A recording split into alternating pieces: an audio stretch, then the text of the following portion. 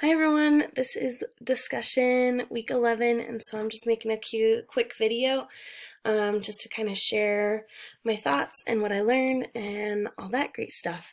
So for the first day, we went over a few different research strategies and how to find that information. And I really liked the Big Six, kind of going through their stuff and seeing a lot of their options. Here, let me pull it up right here. Just like all their different resources that were available. And like this is the instructional materials that I went to right here. And so just like finding things that you can use in the classroom that can help you in research wise and teaching wise was very good.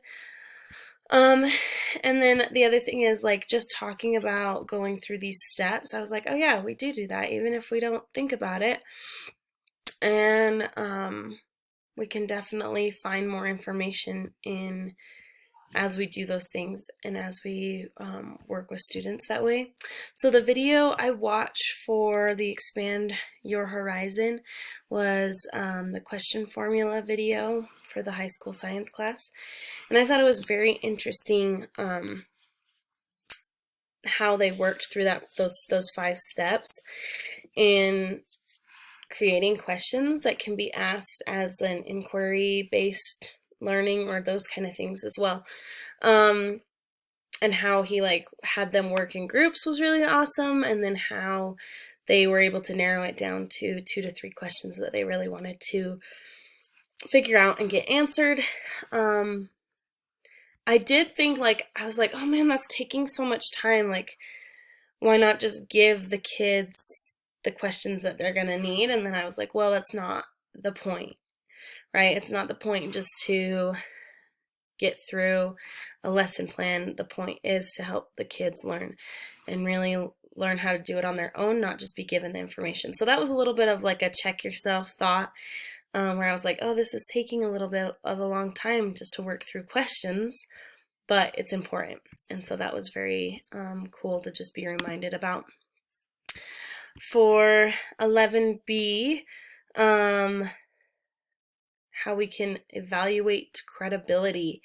And I thought that was just very interesting. I think, at least for me, I get a lot of my information from places that are not credible at all.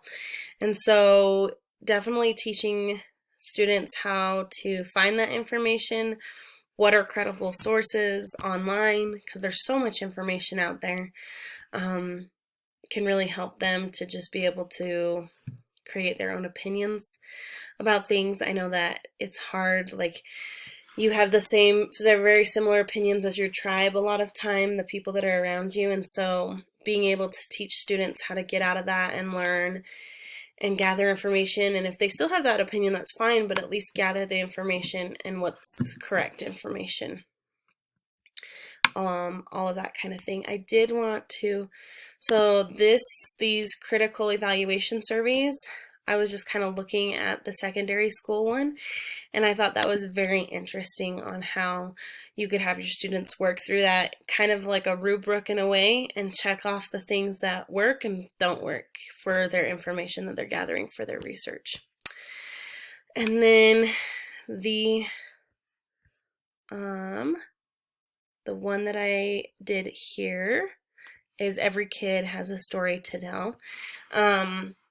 And it was just really cool to see how they had these students, they're young. That's the thing, is some of these students were very young to be editing, recording, narrating their own stories, but I thought it was very cool in so many ways. One, to have them like kind of digging into their feelings and expressing those feelings or the reasons they feel those feelings, and then teaching everybody else about it through their story and their experiences and their kind of prior knowledge, if you would say, about themselves. And so that was really cool to see, and I would love to see that incorporated like in high school, have kids do like a video for an employer or for a college, instead of well, I guess an essay would be important too, but like have them really work on a project like that to be more involved one-on-one kind of a thing. Okay, 11C, Evernote. I honestly, as I went through this, I really liked Google Keep better. And I love Pinterest. Like I use Pinterest all the time. So just even like realizing that that's what this tool can be for, not just, I use it a lot as like a vision board and put things on, gather things that I want to do in the future. But that could be used in the same way with a classroom and with lessons and those kind of things. So those two are the ones I really kind of liked. I did watch this video about Evernote, and it seems really good. I don't know, I'm just like, I already have a lot of Google things, so why not just keep using Google things versus downloading a whole nother app link to use for Evernote as well. And then the Expand My Horizon, I looked at Listly. I'm actually traveling to Portland for my summer job soon, and so I was like, I wonder what's in Portland that I should put on my list. And so that's what I Googled while I was looking through that and found some cool little places. So just knowing that there's places out there that you can find that information and kind of look into different locations, or I don't know, just really anything. You can find anything. Okay, for D,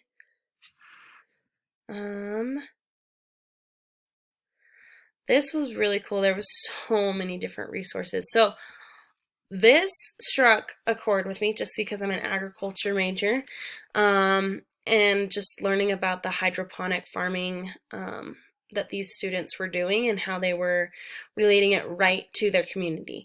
I loved that. I loved that idea of that project-based learning.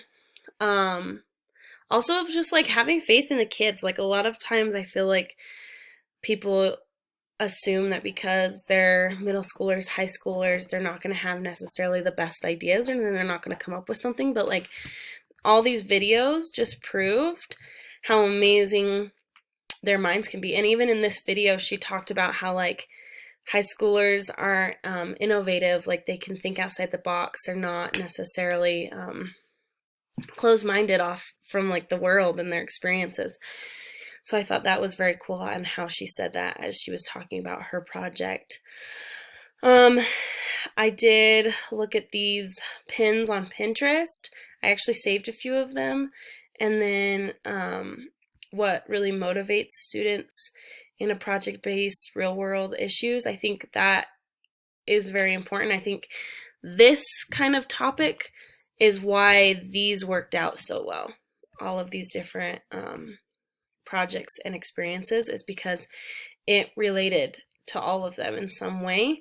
And that's what made them interested in it and want to do it. So I definitely thought that was pretty cool. And for I believe it was just the top one.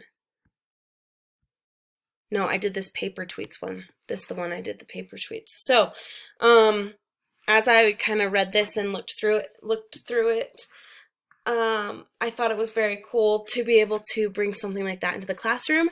And then I remembered how we did it one time in one of my classrooms. She had us all pass out these little papers, and what we did is we would tweet into the teacher the resources we found as our homework assignment the day before. And so we put them all up on the board on these little papers, and then we could ask our classmates about their tweets through other tweets. And so it was really kind of cool. She just had a whole whiteboard that was dedicated to these little questions, and we were just able to bounce ideas, thoughts, why we liked certain resources that we were looking into. And this was actually a teaching class that I was involved in. So that's definitely a cool idea, just to get kids, one, it gets kids up, moving, it's relatable to them because of their day and age, and then they are able to share information really well. So for this, what I did is I went ahead and made a Pinterest board for my classroom and just put a few things on there to save. I really loved this one, Ag Bell Work Super Pack. I'm excited to look more into those kind of things and use them. And then the 4 teaching mistakes that drain my energy is the Expand My Horizon that I did. And it definitely was just like a good reminder that to not stress so much and to sit back, relax, and enjoy being a teacher and teaching, but don't get caught up in all the checklist items that a lot of people maybe make you think, or the way you think that you should be teaching. I found that very interesting to just kind of bounce that off of, like, I like how she mentioned that she enjoyed sitting in that one desk, and she realized that she was going to do it more often, and so she would help have students kind of be more in charge or take more responsibility for the lessons that they were learning, and then just enjoy the students. I think sometimes that's forgotten, and everybody's trying to hit policies and make sure they're organized and have lesson plans and all this different stuff, which makes for a very good classroom. But also, like, this, that the students are the reason you're there, most likely, and in the way of, like, that's why you wanted to be a teacher, so make sure that you don't forget about them and their needs as well. So those were a few of my thoughts, and I hope you enjoy them.